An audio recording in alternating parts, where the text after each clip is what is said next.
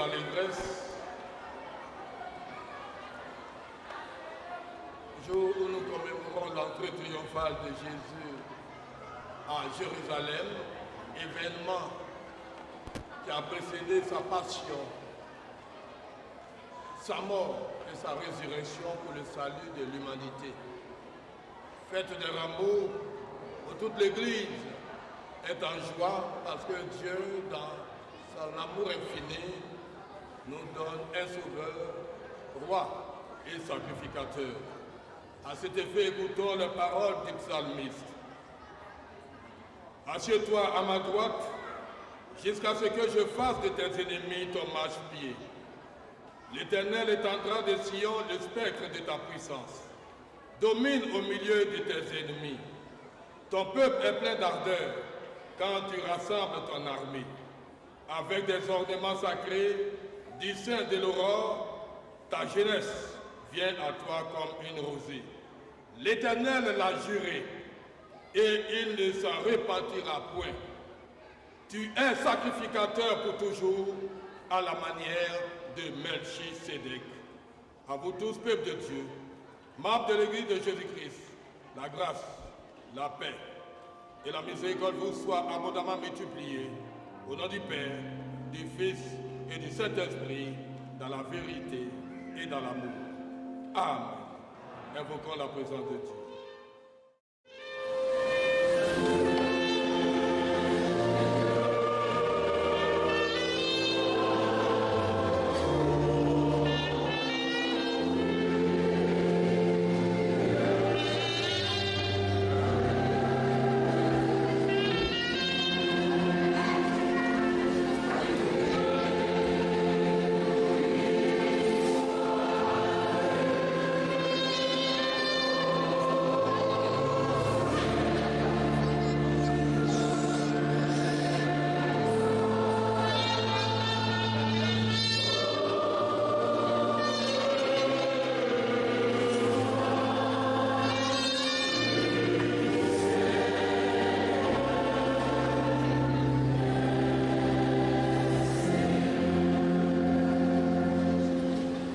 Est-ce que tout le peuple de Dieu peut se lever, les rameaux tendus au ciel, pour élever le nom de notre Seigneur, celui qui nous a rassemblés ce matin? Nous sommes là pour commémorer l'entrée triomphale de Jésus-Christ à Jérusalem, signe de notre invitation de Jésus le ressuscité, le Seigneur des Seigneurs, à prendre place dans nos cœurs. Chantons tous dans un esprit d'adoration ce cantique.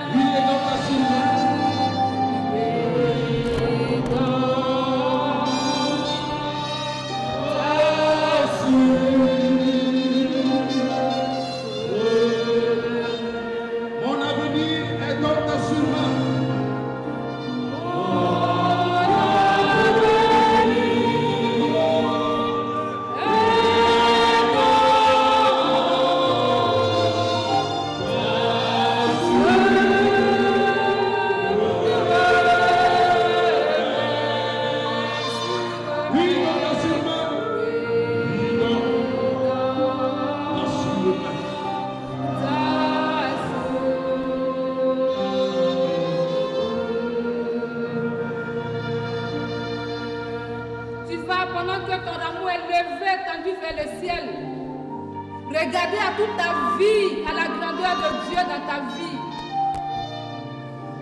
Pour élever la voix pour lui dire combien de fois il est grand. Combien de fois il est puissant, merveilleux, digne de louange, digne de recevoir ton adoration ce matin. Seigneur, c'est en ta présence que nous sommes.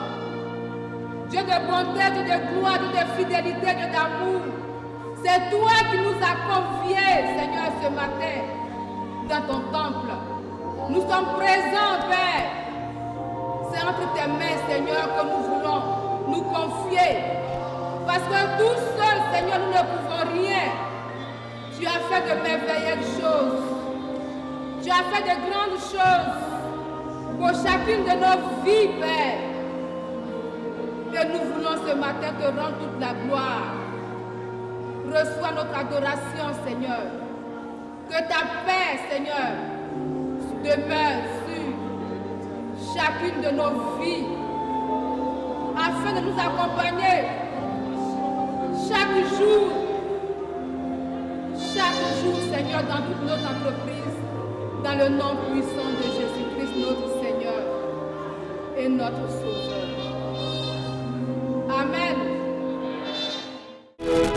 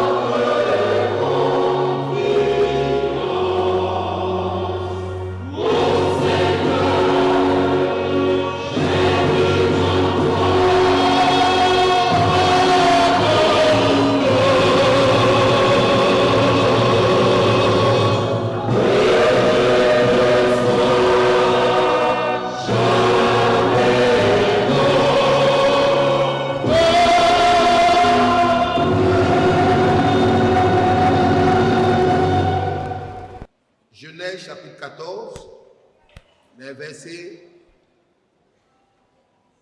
17 à 20. Après qu'Abraham fut revenu vainqueur de Kedorlaomer et des rois qui étaient avec lui, le roi de Sodome sortit à sa rencontre dans la vallée de Chavé, qui est la vallée du roi. Melchisédek, roi de Salem, fit apporter du pain et du vin. Il était sacrificateur du Dieu très haut. Il bénit Abraham et dit: béni soit Abraham par le Dieu très haut, maître du ciel et de la terre. Béni soit le Dieu très haut qui a livré tes ennemis entre tes mains. Et Abraham lui donna la dîme de tout. Amen. Lecture du Nouveau Testament tirée de l'Épître aux Hébreux, chapitre 7, versets 1 à 3. En effet, ce Melchisédek, roi de Salem, sacrificateur du Dieu très haut, qui alla au-devant d'Abraham lorsqu'il revenait de la défaite des rois, qui le bénit, et à qui Abraham donna la dîme de tout, qui est d'abord roi de justice, d'après la signification de son nom, ensuite roi de Salem, c'est-à-dire roi de paix, qui est sans père, sans mère, sans généalogie, qui n'a ni commencement de jour ni fin de vie, mais qui est rendu semblable au Fils de Dieu. Ce Melchisédek demeure sacrificateur à perpétuité. Amen. Luc chapitre 19, du verset 29 au verset 40. Lorsqu'il approchait de Bethphagée et de Béthanie, vers la montagne appelée montagne des Oliviers, Jésus envoya 2 de ses disciples en disant: allez au village qui est en face. Quand vous y serez entrés, vous trouverez un ânon attaché, sur lequel aucun homme ne s'est jamais assis. Détachez-le et amenez-le. Si quelqu'un vous demande pourquoi le détachez-vous, vous lui répondrez: le Seigneur en a besoin.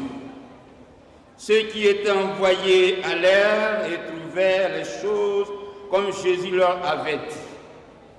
Comme ils détachaient l'ânon, ses maîtres leur dirent: pourquoi détachez-vous l'ânon?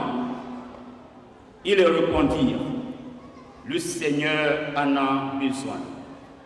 Et ils amenèrent à Jésus l'ânon, sur lequel ils jetèrent leurs vêtements et firent monter Jésus.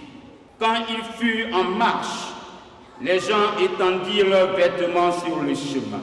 Dès que déjà il approchait de Jérusalem, vers la descente de la montagne des Oliviers, toute la multitude des disciples, saisis de joie, se mit à louer Dieu à haute voix pour tous les miracles qu'il avait vus. Il disait: béni soit le roi qui vient au nom du Seigneur, paix dans le ciel et gloire dans les lieux très hauts. Quelques pharisiens du milieu de la foule dirent à Jésus: Maître, reprends tes disciples. Et il répondit: je vous le dis, si c'était, les pierres crieront. Parole du Seigneur. Amen.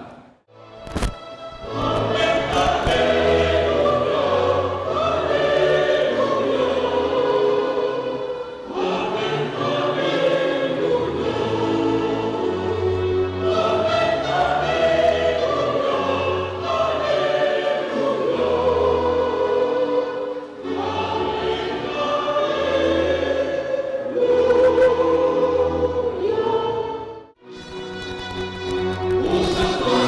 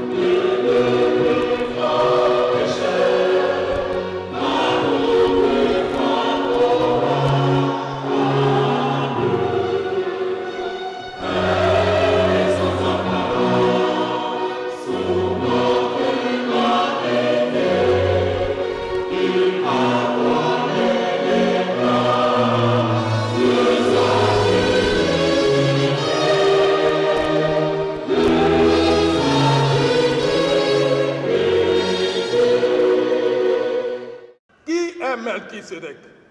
Est-il une préfiguration du Christ ou le Christ lui-même? Et finalement, quels enseignements pouvons-nous tirer de l'étude du personnage de Melchisédek pour notre propre gouverne en tant que chrétiens d'aujourd'hui? Bien-aimés frères et sœurs, ces quelques questions guideront notre réflexion basée presque essentiellement sur le personnage énigmatique et mystérieux de Melchisédek. Grand 1 donc, qui est Melchisédek ou Melchisédek? Melchisédek, personnage énigmatique et mystérieux. Premier point à développer. La figure de Melchisédek n'est mentionnée qu'à 2 reprises dans la Bible hébraïque, c'est-à-dire dans l'Ancien Testament. Dans le livre de la Genèse, dont nous avons fait la lecture au chapitre 14, et dans l'un des psaumes, le psaume 110. Dans le Nouveau Testament, la figure de Melchisédek n'apparaît que dans une seule œuvre, dans l'Épître aux Hébreux, où elle assume cependant un rôle déterminant dans l'argumentaire de son auteur. Pour amorcer notre enquête sur la figure de Melchisédek, il convient en premier lieu de revenir sur les plus anciens témoignages qui nous ont été préservés, soit ceux de la Bible hébraïque, donc de l'Ancien Testament, où elle est mentionnée dans un épisode du récit de la Genèse et dans un psaume, le psaume 110.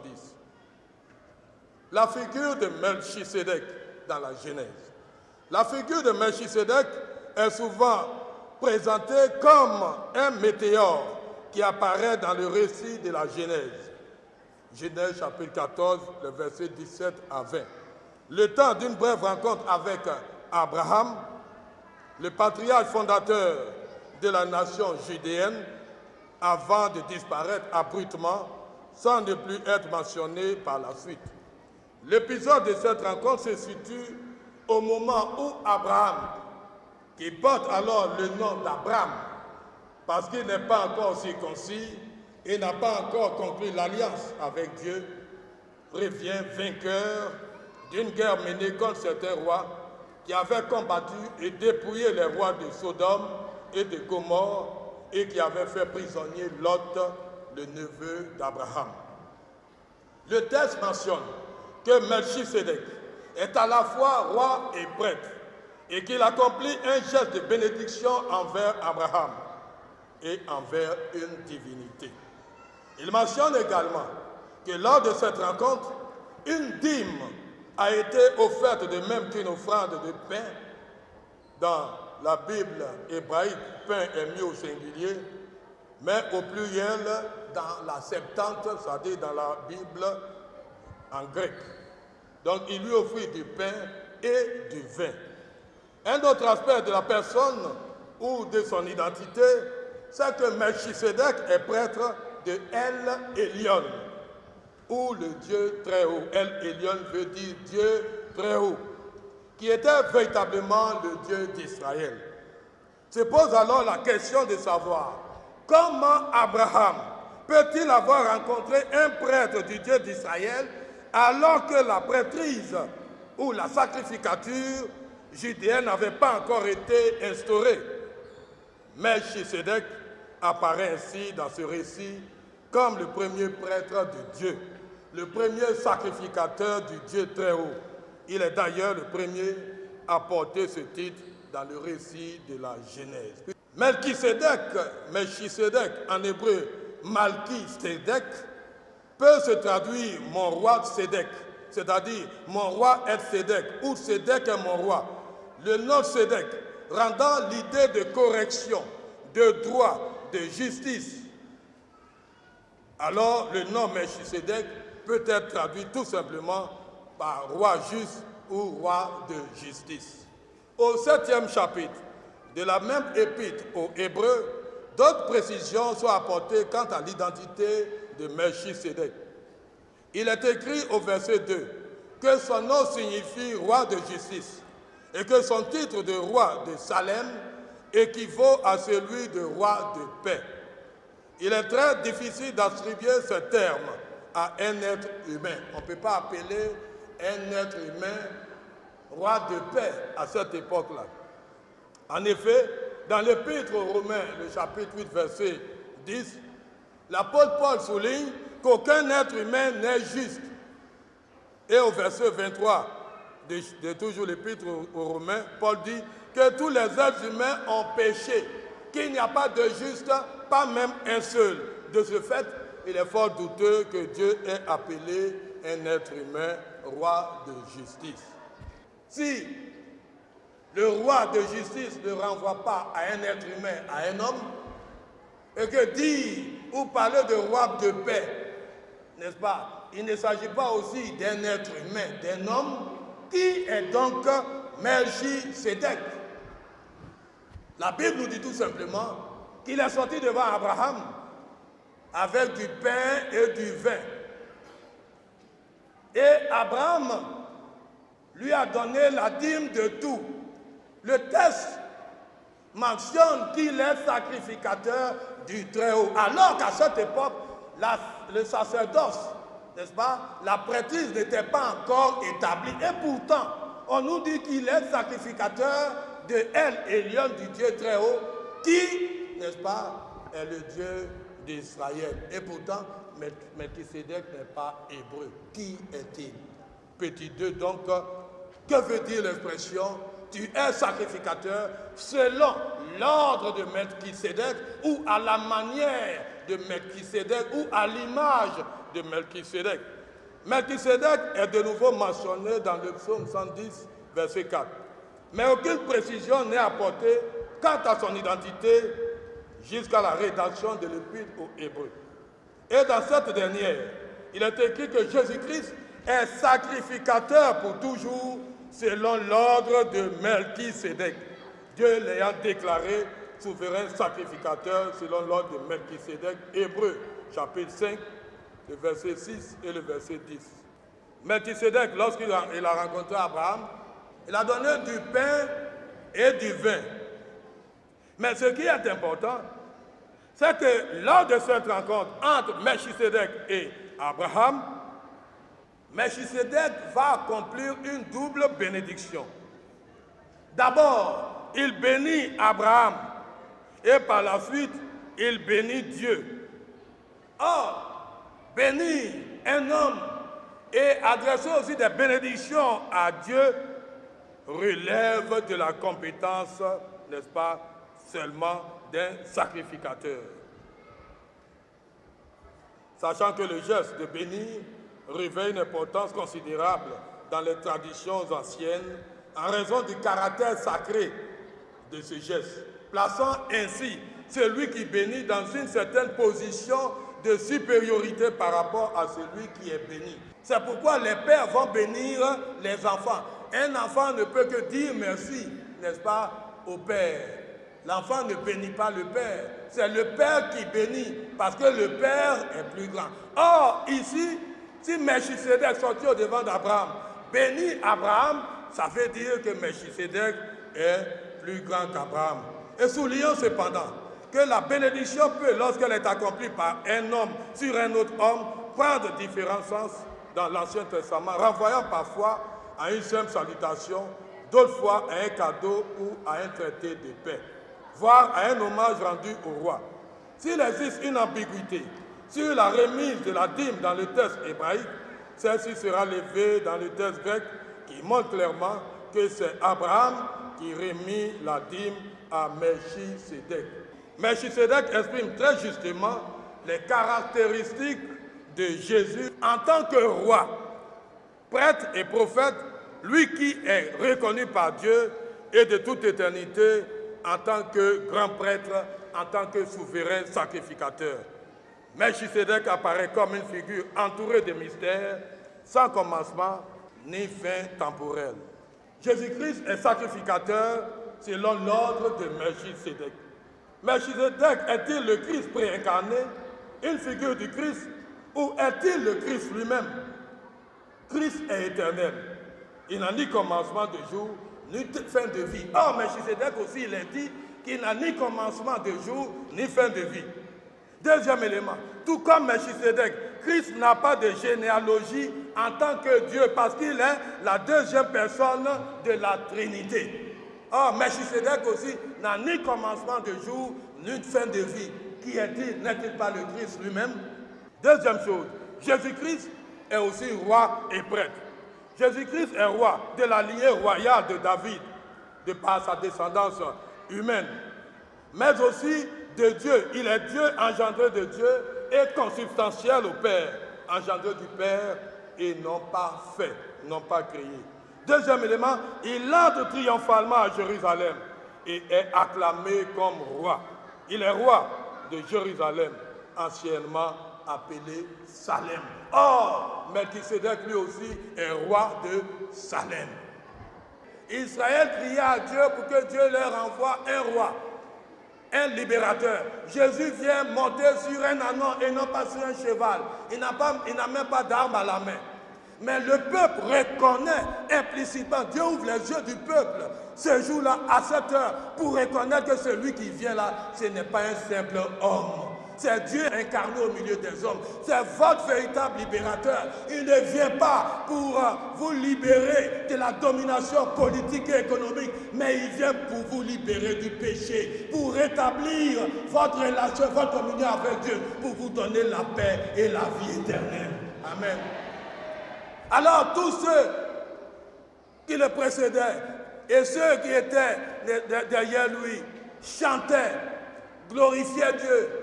Béni soit le roi d'Israël. Et les gens coupaient des branches, des rameaux, des palmes. Ceux qui avaient des vêtements et de gros pagnes, n'est-ce pas? Mais on mit déjà sur l'ânon, d'autres posaient cela sur la route. C'est de là qu'est venu, lorsque nous devons recevoir des autorités, qu'il faut lui dérouler le tapis. Et ils ont déposé leurs habits. Ils se sont dépouillés de ce qu'ils avaient. Ils préféraient être nus et glorifier le roi des rois, Jésus-Christ. La première chose à retenir, c'est de reconnaître la supériorité de Jésus-Christ. Jésus-Christ est souverain sacrificateur selon l'ordre de Melchisédek. Notre Seigneur Jésus-Christ est supérieur à tous les autres prêtres. Dieu lui-même le confirme dans le psaume 110. Son sacerdoce est donc éternel. C'est lui qui officie, c'est-à-dire qui intercède dans le tabernacle divin et céleste pour nous. Il est digne de recevoir notre adoration, car c'est lui qui nous a rachetés par son grand sacrifice au prix de son sang très précieux. Notre reconnaissance à Dieu, c'est la deuxième chose que nous devons retenir. En tant que prêtre, c'est à lui que reviennent nos actions de grâce et nos dons, nos offrandes et nos dîmes. Combien de fois sommes-nous disposés à offrir et à offrir sincèrement selon les bénédictions que nous recevons de Dieu. Jésus-Christ est le Seigneur des seigneurs et le roi des rois. Jésus-Christ est un roi de paix, pas un tyran ou un dictateur. La paix que le Seigneur Jésus, roi de paix, apporte est un état d'âme. Elle est l'union des cœurs et des esprits. On accède à cette paix librement, sans contrainte. On ne l'impose pas par la force ou par la violence. Ce n'est pas parce que tout est calme qu'on est en paix.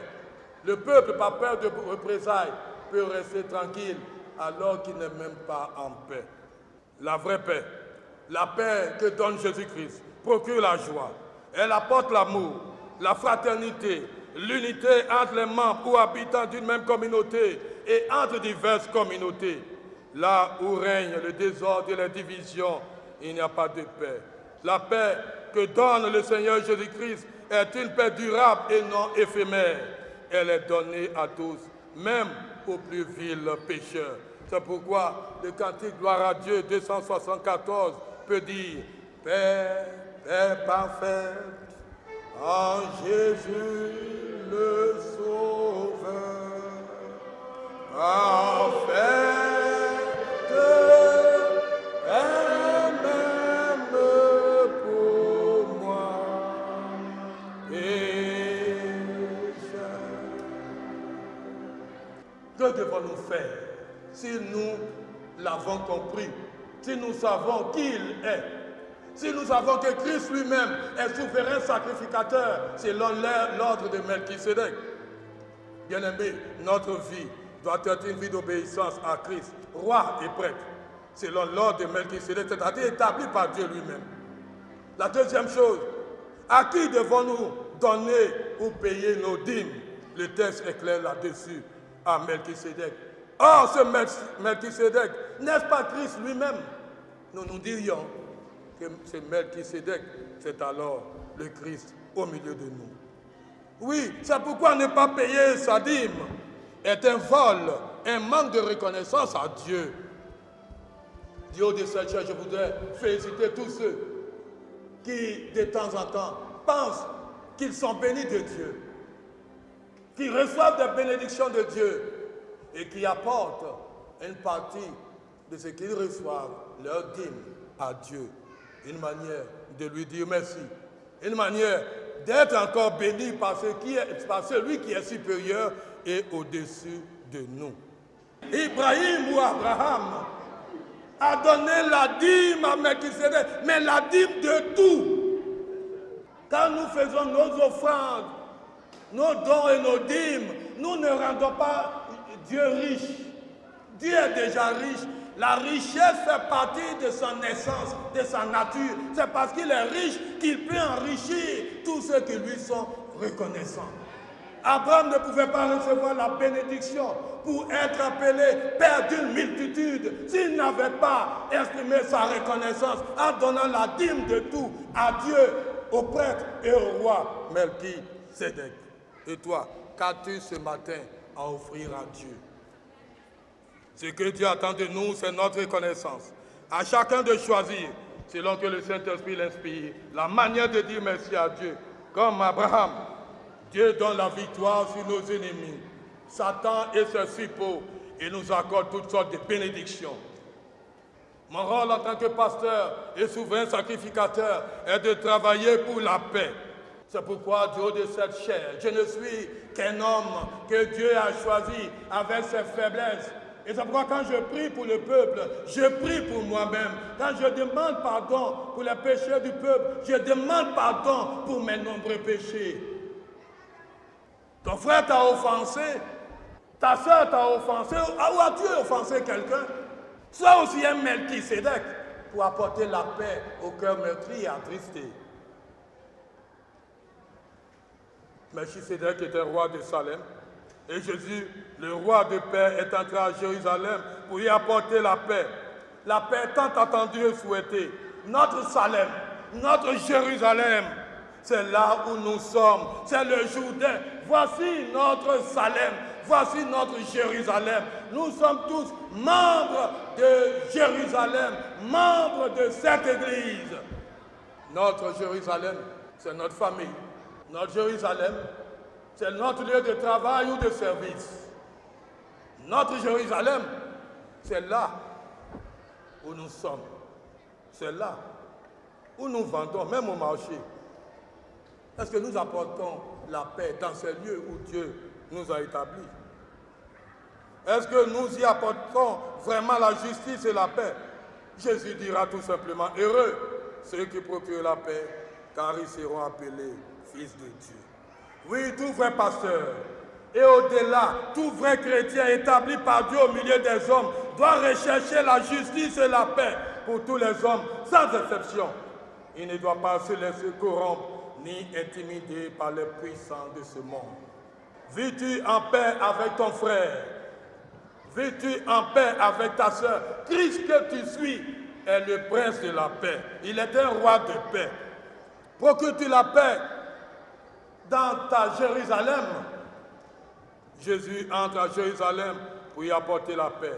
Il veut aussi entrer dans ton cœur. Toi qui n'as pas la paix, il veut entrer dans ton cœur. Toi qui es tourmenté par les soucis de ce monde, Jésus vient entrer dans ton cœur, qui est à Jérusalem. C'est là qu'il veut s'établir, car il dit, je suis à la porte de ton cœur et je frappe.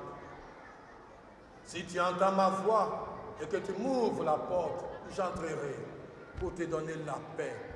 J'entrerai pour te donner la joie. J'entrerai pour souper avec toi et toi avec moi. Oui, aujourd'hui encore, le monde a besoin de paix. Mais c'est à nous, chrétiens, fils du Dieu de la paix, fils du roi de la paix, d'apporter cette paix au monde. Un monde défiguré par tant de guerres et de violences. Des familles disloquées, des frères et sœurs d'une même famille, d'une même église divisée, en parlant pour des intérêts personnels et égoïstes. Mon frère, ma sœur, tu dois être un faiseur de paix. Oui, tu dois être un médiateur pour réconcilier ceux qui sont séparés et ainsi rendre le vivre ensemble possible. Comptons sur le bras puissant de Jésus-Christ et allons dans le monde pour établir son royaume de justice et de paix. Son royaume d'amour dans tous les cœurs désespérés et assoiffés d'amour. Le Seigneur est avec nous. N'as-tu pas la paix? Veux-tu la paix? Jésus, le roi de paix, entre à Jérusalem pour la dernière fois. Il te donne ce matin l'occasion unique de le saisir, de le laisser entrer dans ton cœur pour y apporter la paix, pour chasser toute amertume, tout souci et toute inquiétude. Sois aussi donc un faiseur et un acteur de paix autour de toi. Melchisédek, roi de Salem, roi de justice, roi de paix. Oui, notre Seigneur Jésus-Christ est souverain sacrificateur selon l'ordre de Melchisédek. Que Dieu vous bénisse. Que Dieu bénisse vos familles. Qu'il bénisse vos activités. Qu'il vous rende prospères. Que Dieu fasse de vous des hommes et des femmes de paix. Que celui qui a des oreilles entende ce que l'Esprit vient de dire à l'Église. Amen.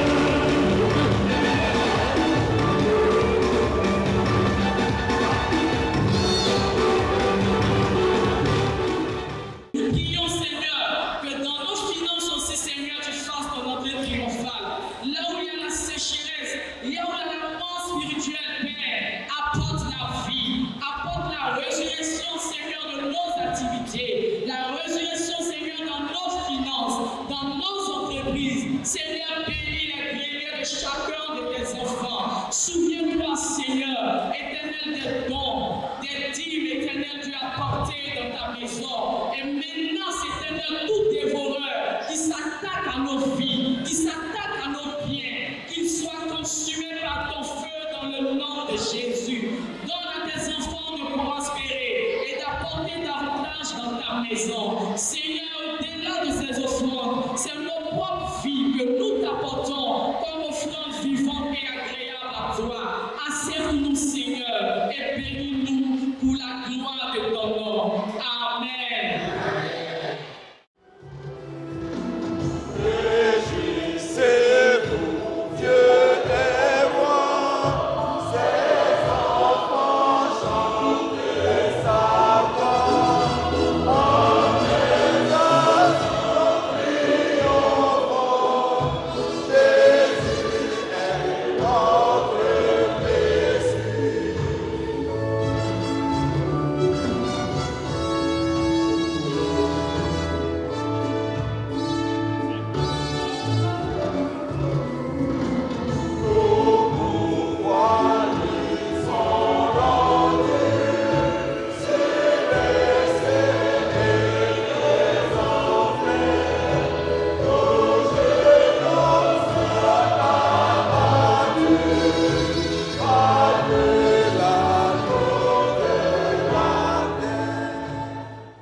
De Dieu recevons la bénédiction.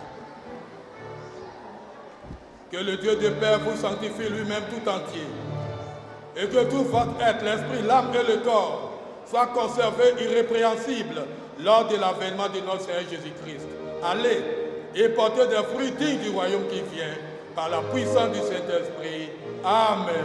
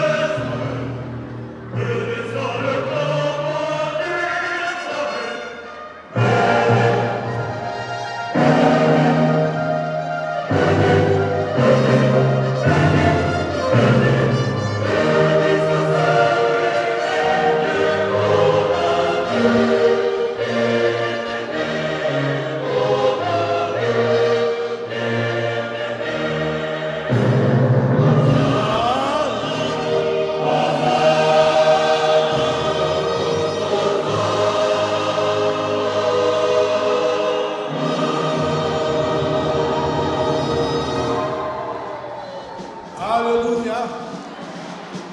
Si tu aimes ton frère et ta soeur, c'est l'occasion. Ce n'est pas en allant dehors. Aujourd'hui, tout le monde mange ici. Si tu as la nourriture à la maison, va prendre pour venir, on va manger ici. Le pasteur veut manger avec toi ici aujourd'hui. Donc si tu vas, c'est pour apporter la nourriture. Ne va pas rester dehors, tout le monde ici. Je vais donner la communion aux personnes malades et je reviens. Alors, tu vas saluer ton frère et lui dire merci pour ce culte. Et tu vas lui dire cela. Je veux la paix, pas la guerre. Et puis lui, il va te dire, sois juste envers moi.